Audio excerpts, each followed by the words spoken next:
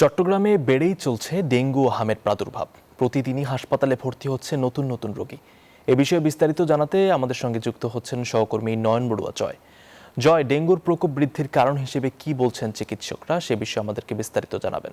আসিফ সাবাত, আপনি যথার্থ বলছেন, ডেঙ্গুর প্রকোপ কিন্তু অনেকটা বাড়ছে। তার কারণে মানুষের সচেতনতা বাড়ানোর জন্য চট্টগ্রাম মেডিকেলের পক্ষ থেকে আমরা দেখছি মেডিকেলের সামনে কিন্তু আসলে সচেতনতামূলক Bashundhara public school and college 2026 শিক্ষাবর্ষে ভর্তি চলছে। যে কর্মসূচি পালন করছে মেডিকেল কর্তৃপক্ষ, চট্টগ্রাম মেডিকেল কলেজ হাসপাতাল কর্তৃপক্ষ, তা আমরা দেখতে পাচ্ছি মেডিকেলের পরিচালকের নেতৃত্বে কিন্তু বিভিন্ন জায়গায় কিন্তু সচেতনতামূলক এই কর্মসূচি তারা পালন করছেন। আমরা কথা বলবো, যেহেতু চট্টগ্রাম মেডিকেলে সবচেয়ে বেশি রোগী ভর্তি আছে। আমরা আপনার সাথে একটু কথা বলতে চাচ্ছি যে চট্টগ্রাম মেডিকেলে কিন্তু প্রতিদিনই ভর্তি হচ্ছে, কেন এরকম প্রকোপ আকার ধারণ করছে বলে মনে করছেন?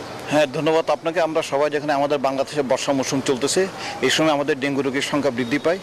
এটাকে প্রিভেন্ট করার জন্য আমরা এই যে পরিষ্কার পরিচ্ছন্নতা অভিযান, এটা হচ্ছে আমাদের স্বাস্থ্য মন্ত্রণালয়ের নির্দেশনা এবং আমাদের স্বাস্থ্য অধিদপ্তরের নির্দেশনায় এটা হচ্ছে আমাদের প্রতি শনিবার না, আমাদের চট্টগ্রাম মেডিকেল কলেজ হাসপাতাল এবং আমাদের মাননীয় মেয়র মহোদয় doctor Sadat Hossain, Chattogram city corporation, ওনার নেতৃত্বে এখানে প্রায় পরিচ্ছন্ন কর্মী অনেকগুলা দেওয়া হয়েছে।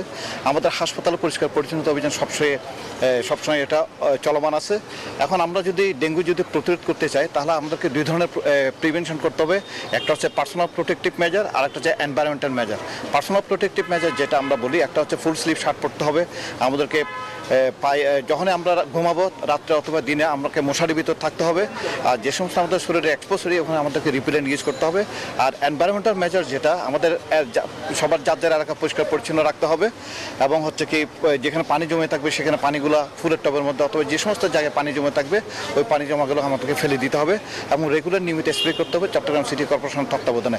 তাহলে কিন্তু আমাদের ডেঙ্গু রোগীর সংখ্যা অনেক কমে যাবে। দেখতে পাচ্ছি পরিষ্কার পরিচ্ছন্নতা অভিযান, আমরা দেখতে পাচ্ছি মেডিকেল এর সামনে কিন্তু কর্মসূচি তারা পালন করছেন। একই সাথে জেলা প্রশাসন, আজকে আমরা দেখেছি যে বিভিন্ন জায়গায় সরকারি যে ভবনগুলো রয়েছে সেই জায়গায় কিন্তু পরিষ্কার পরিচ্ছন্নতার কার্যক্রম তারা চালাবে বলে আমাদেরকে জানিয়েছেন। এই ছিল আমার এখানকার সর্বশেষ। ফিরে যাচ্ছে স্টুডিওতে আমাদের কাছে। জি, ধন্যবাদ জয় আপনাকে।